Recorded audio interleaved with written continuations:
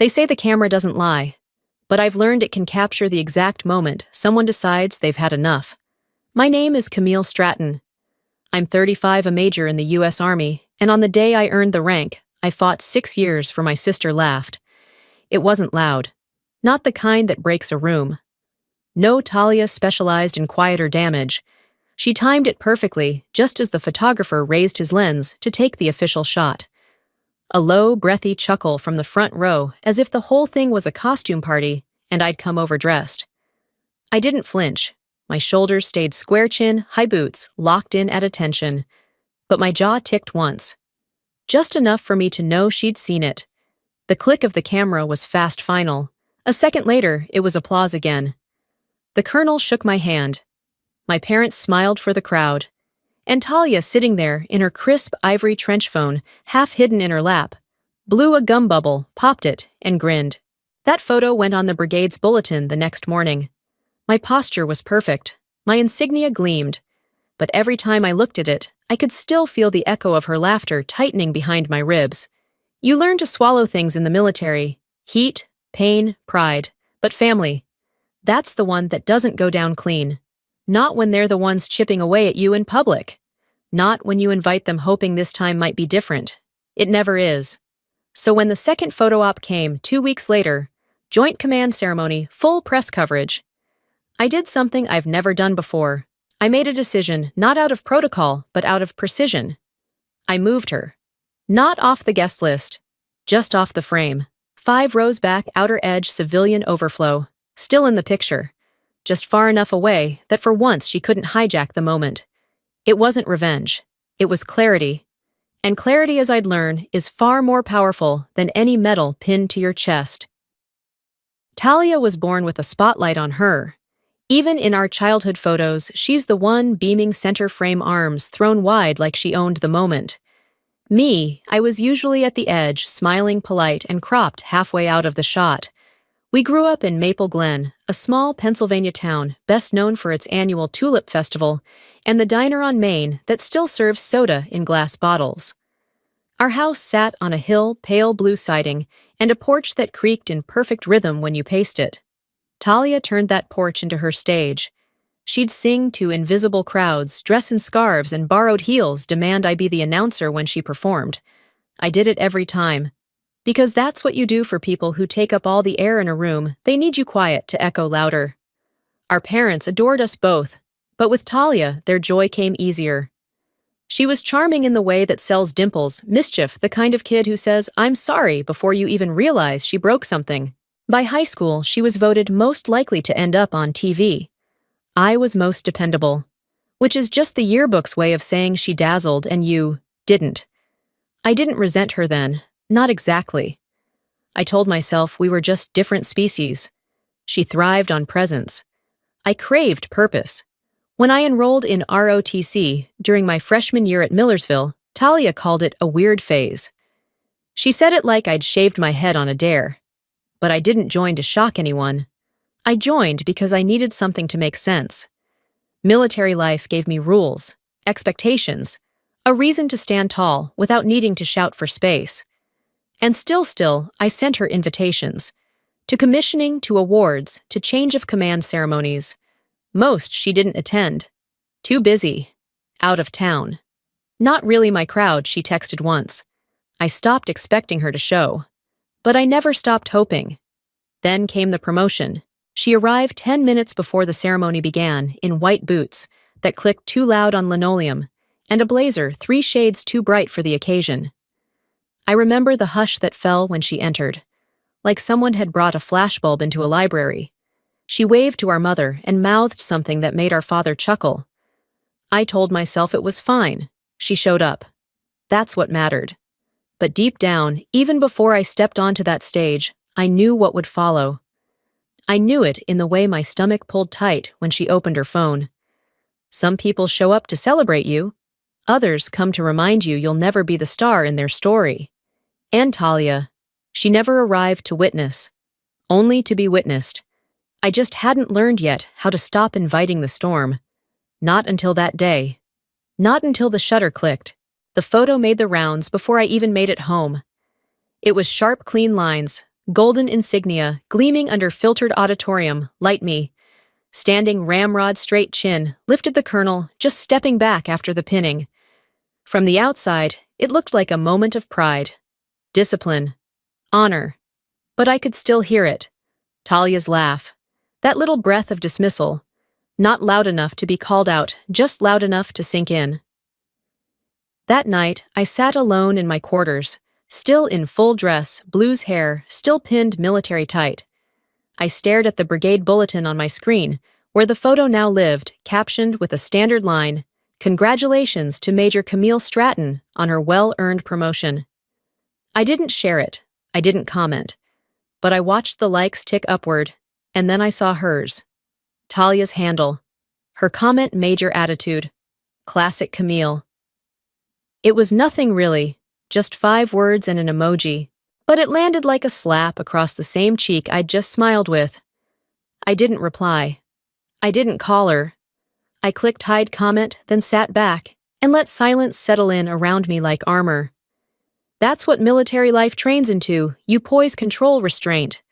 But nothing in basic ever prepared me for a sister who could turn even the proudest day of my career into a one-liner.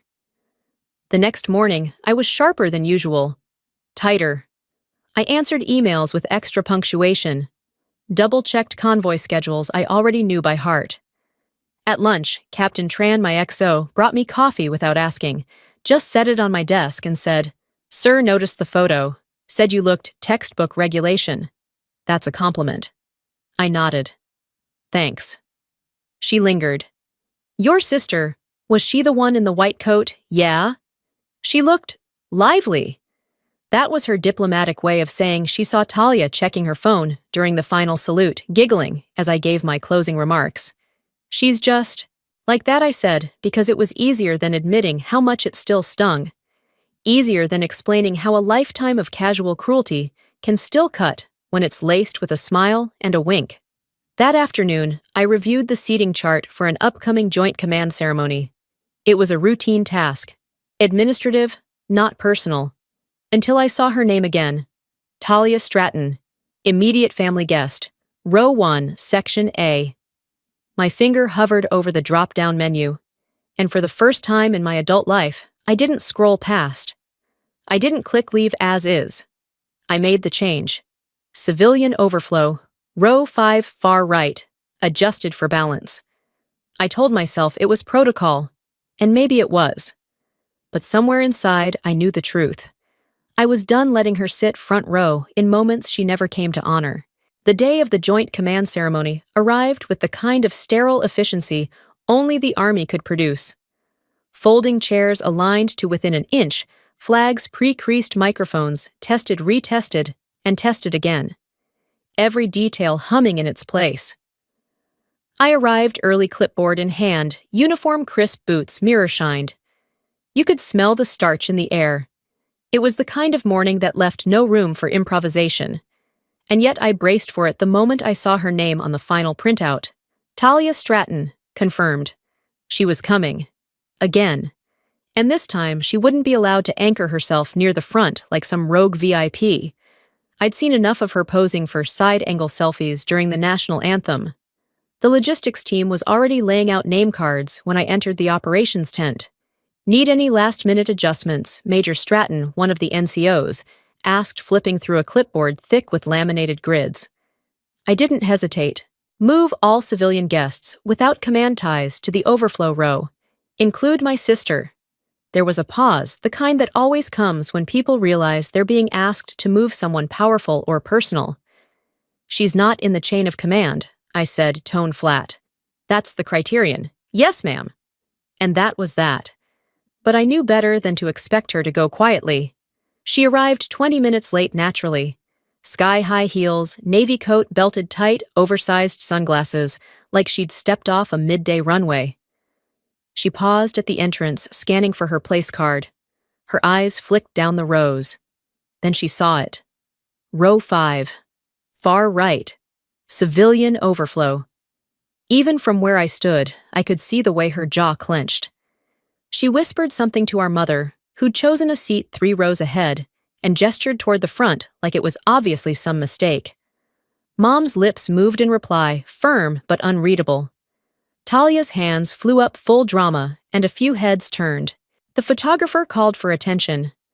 I didn't move. I didn't wave. I just stood there, back straight focus, fixed on the flag behind the dais.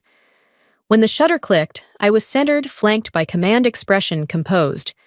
Talia still in the frame barely. A sliver of her profile in the far corner, angled slightly away from the lens mouth tight, as if she couldn't fully participate in something she hadn't choreographed. I could have walked over, could have said something easy made space smooth the edges. But I didn't, because some distances aren't about anger, they're about boundaries, and sometimes the kindest thing you can do for them, and for yourself, is to let them sit exactly where they chose to place you all those years. Somewhere behind the camera, just visible, but never central. That night, my phone lit up with a private number. I knew before I picked up. Are you seriously pushing me to the back? Like some tag-along sorority cousin, Talia's voice hissed through the speaker, sharp and sweetened like perfume hiding smoke. I was still in uniform jacket, folded across the back of a chair, the ribbon from my commendation ceremony tucked between pages of a logistics report I hadn't finished reading. I leaned back in the silence of my quarters and stared at the ceiling. I followed seating protocol, I said evenly. You're not command family. Oh, cut the bureaucratic crap, she snapped. You did it to make a point. Because I ruined your photo with a joke. Because I laughed. She paused. When I didn't respond, she went on. You've always been like this. So precise. So obsessed with doing everything perfectly. You think being calm makes you better than everyone else? God, Camille, you're like a walking posture drill. I stayed silent. Not because I had no words, but because I'd learned silence made her uncomfortable. It filled the space she was used to performing in, and right now, I wasn't giving her a stage. You think you're better than me now, she said, voice quieter. Because people call you ma'am, and you wear medals and carry that clipboard like it means something. Still, I said nothing. She exhaled fast and shallow. Say something. But I didn't, because there are things you don't explain anymore. Not when they've been mocked for decades. Not when every ceremony, every promotion, every quiet milestone has to be filtered through someone else's insecurity. Talia hung up without saying goodbye. I sat for a long time afterward, the silence thick and still, the overhead fan clicking softly as it turned. And somewhere beneath the exhaustion, I realized I hadn't felt guilt. Not this time. Just resolve. Not everything needs a confrontation. Some boundaries don't get shouted into place. They get drawn quietly permanently, like ink soaking into an old map, marking where one country ends and another begins. And where at long last, you stop crossing back over. It showed up 4 days later. No return address, just my name typed neatly across a plain envelope slipped under my door with the evening mail run. I didn't open it. Not right away. I set it on my dresser next to the ribbon rack I hadn't yet mounted, and the coffee mug someone from logistics gave me, with the words, "She who coordinates conquers."